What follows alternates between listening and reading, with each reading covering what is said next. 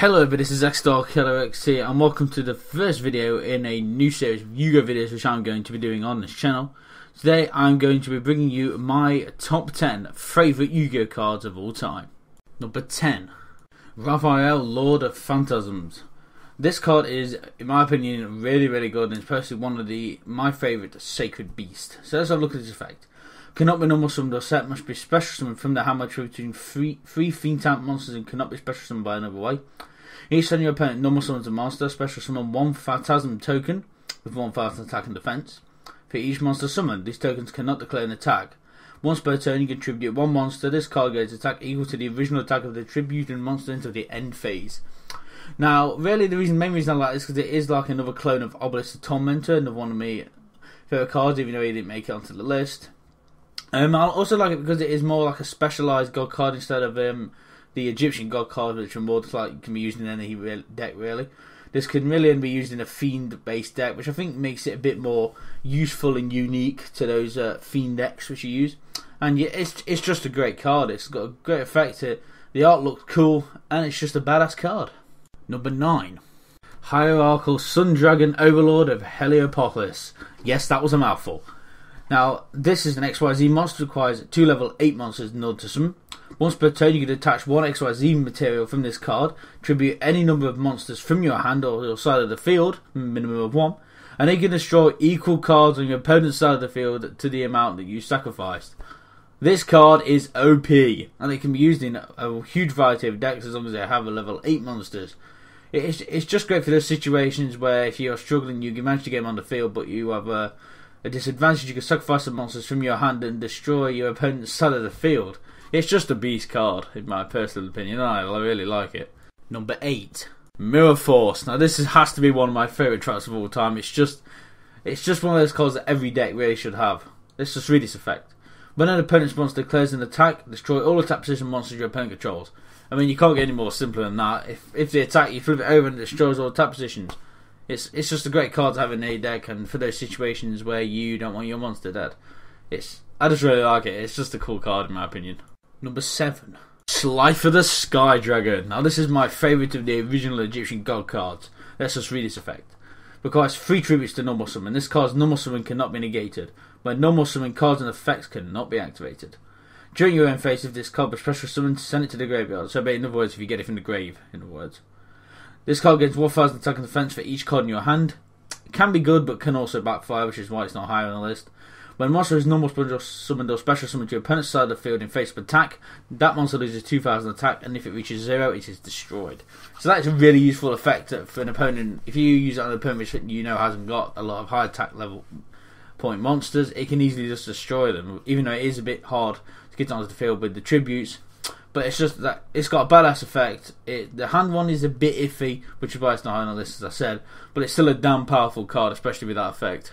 Number 6. Destiny Hero Plasma. Now this is a card which I used to use in all of my decks back in the day. And let me explain to you why. Let's have a look at this effect first.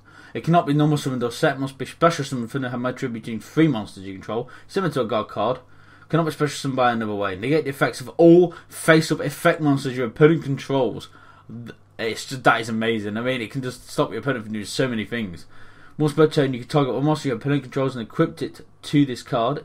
This card gains attack equal to half of the original attack of the monster. You have one card equipped at a time.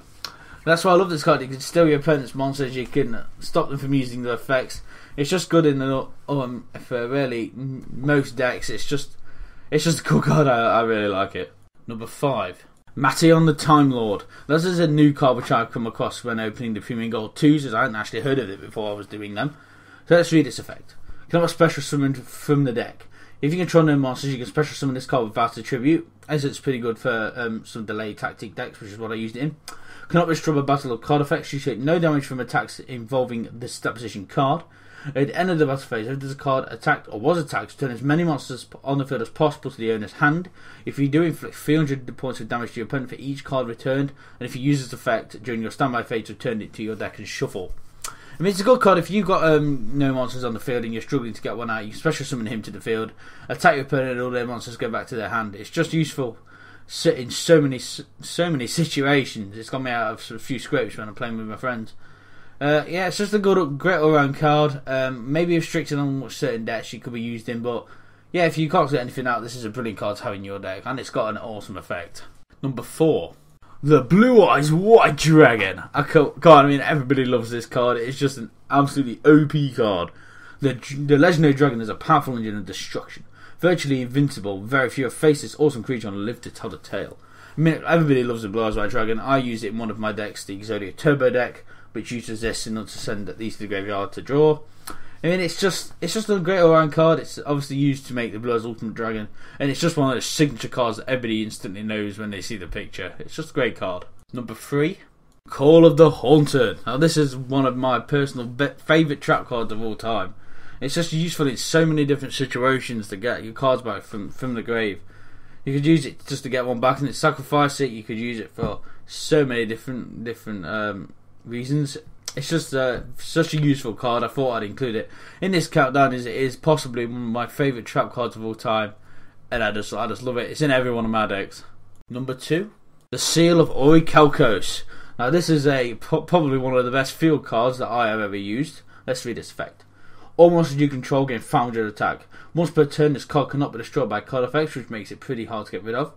While you control 2 or more face-up attack position monsters, your opponent cannot target your monsters with the lowest attack for an attack. Makes it pretty useful to defend your weaker monsters if you've got a really powerful one on the field. When this card is activated, however, this is the downside. Destroy all special summon monsters you control. You can now special summon monsters from your extra deck, and you can activate one Seal of Orichalcos once per duel.